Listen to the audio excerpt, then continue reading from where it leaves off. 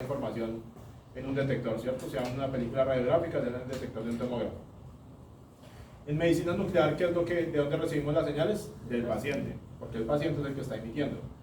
En PET-CT pasa lo mismo, obtenemos pues la tomografía, pero adicional a eso la fusionamos con la emisión que viene del paciente, que en este caso está dada por una mayor probabilidad de positrones.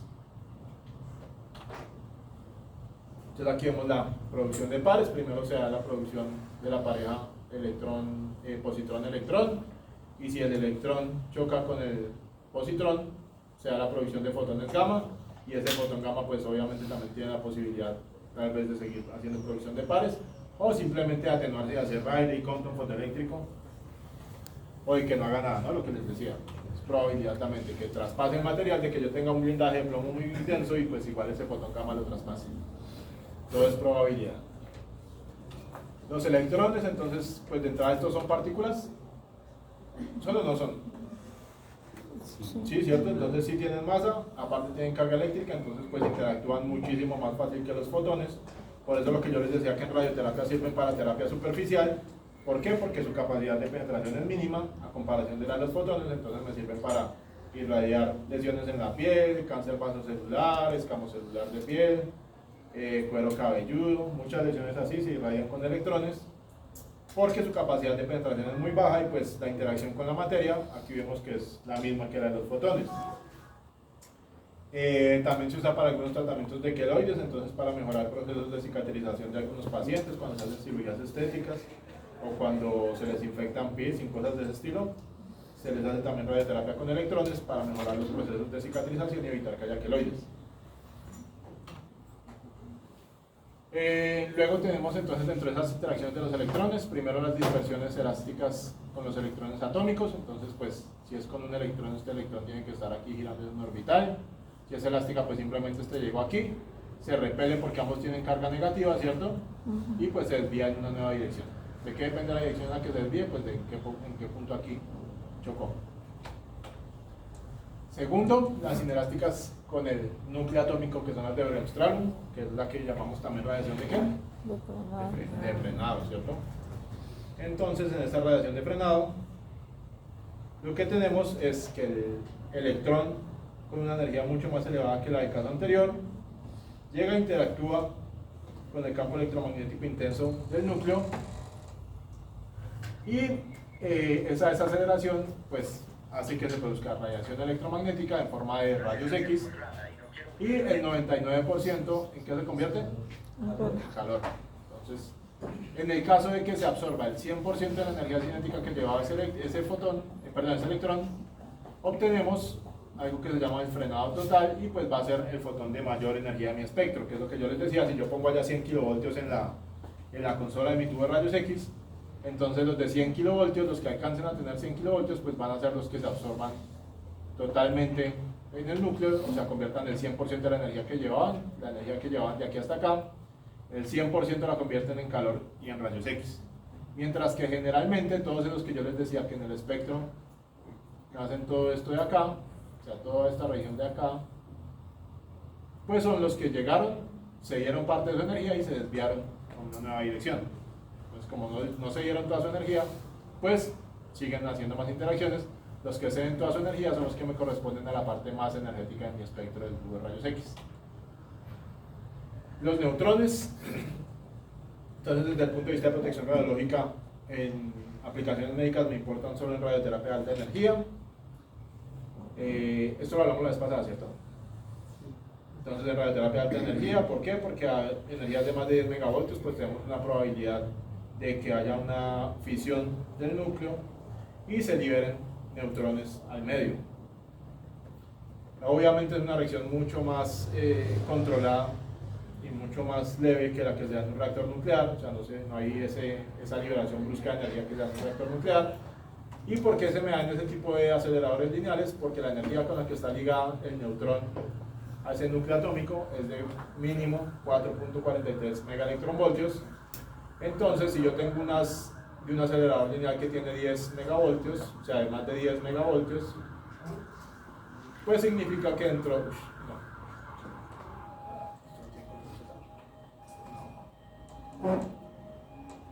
significa que en el espectro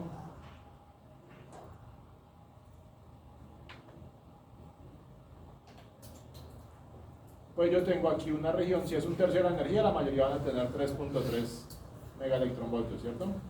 Pero yo tengo una porción alta que va a estar por encima de esta energía, teniendo probabilidad de que, pues de romper la fuerza nuclear fuerte y sacar un neutrón del núcleo. Entonces la radioterapia de alta energía tiene ese problema, entre más alta sea esta energía que yo ponga acá, hay aceleradores lineales que tienen 18 o 25 megavoltios, pues va a haber mayor probabilidad de que se liberen neutrones y por ende pues contaminación neutrónica, que es un efecto no deseado en radioterapia. Los neutrones, yo les dije, ¿no? ¿Con qué los blindábamos? Con El hormigón y el plomo me funcionan para fotones de rayos X y fotones gamma. Los neutrones, ¿con qué los blindo yo? con hidrógeno. ¿Ok? Hidrógeno fue que dijiste. Con elementos altamente hidrogenados. ¿Por qué? Porque yo necesito, si es lo que yo les decía, esto es como tener una volqueta y los electrones son un triciclo.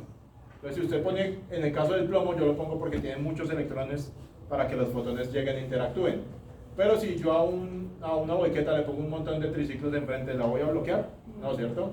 Entonces yo lo que hago es poner elementos altamente hidrogenados, que quiere decir que en sus capas de valencia pues van a tener muy poquitos electrones. Entonces el elemento pues en sí va a estar compuesto en su mayoría ¿de qué? De núcleos. Mientras que si yo pongo por ejemplo el plomo, pues obviamente el plomo tiene su núcleo con muchos protones y neutrones, pero yo lo que estoy haciendo es buscando que aquí haya muchos electrones con el plomo. ¿Para qué? Para que los fotones de rayos X interactúen y pues empiecen a perder energía por aquí entre todas esas capas de valencia. En el caso de los neutrones, como son tan pesados, pues si yo pongo un montón de electrones, los ignora, les pasa por encima. Entonces yo lo que hago es poner elementos que tengan pocos electrones. ¿Para qué? Para aumentar la probabilidad de que llegue aquí y choque con el núcleo. No con los electrones, sino con el núcleo. Y de esa manera los neutrones hacemos una cosa que se llama moderarlos. Entonces nunca hablamos de blindaje de neutrones, sino de procesos de moderación. Eso es lo que se hace con los neutrones. Y lo que se hace, pues, como mencioné en el ejemplo anterior, es poner elementos de número atómico bajo, como el hidrógeno, que nos funciona en este caso. Hay concreto hidrogenado, hay parafina hidrogenada, que es lo que se usa en blindaje en radioterapia, cuando su acelerador lineal tiene energías de más de 10 megavoltios. Y pues básicamente lo que usted busca es lo mismo que con los fotones, que es que los neutrones que se liberen pues queden ahí metidos dentro de su capa de parafina o de concreto hidrogenado. ¿Cómo? Pues atenuándolos poco a poco por medio de colisiones inelásticas. Adicional a eso también se puede generar algo que se llama la captura neutrónica, que es cuando el neutrón, logra penetrar en el núcleo atómico, produciendo reacciones nucleares y generando una absorción de ese neutrón en el núcleo atómico. Pero como vimos hoy en todo lo de decaimiento, si yo le aumento un neutrón a un núcleo, ¿qué pasa? Pues lo vuelvo inestable y haría que se diera alguno de estos procesos, ¿cierto? Que es captura radiativa, que es la radiación X característicos, emisión de partículas como las alfa, beta y gamma, que ya vimos hoy, o fisión nuclear, que es que yo parto mi núcleo y se divide en dos núcleos más pequeños, ¿cierto?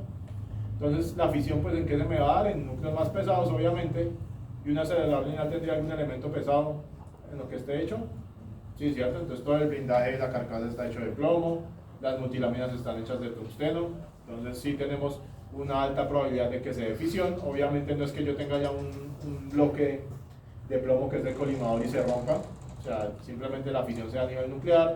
Entonces es lo que yo les decía la vez pasada, que se activan esos elementos y empezarían a emitir radiación por periodos cortos de tiempo, que también sería radiación no deseada y pues indeseable desde el punto de vista de la protección radiológica.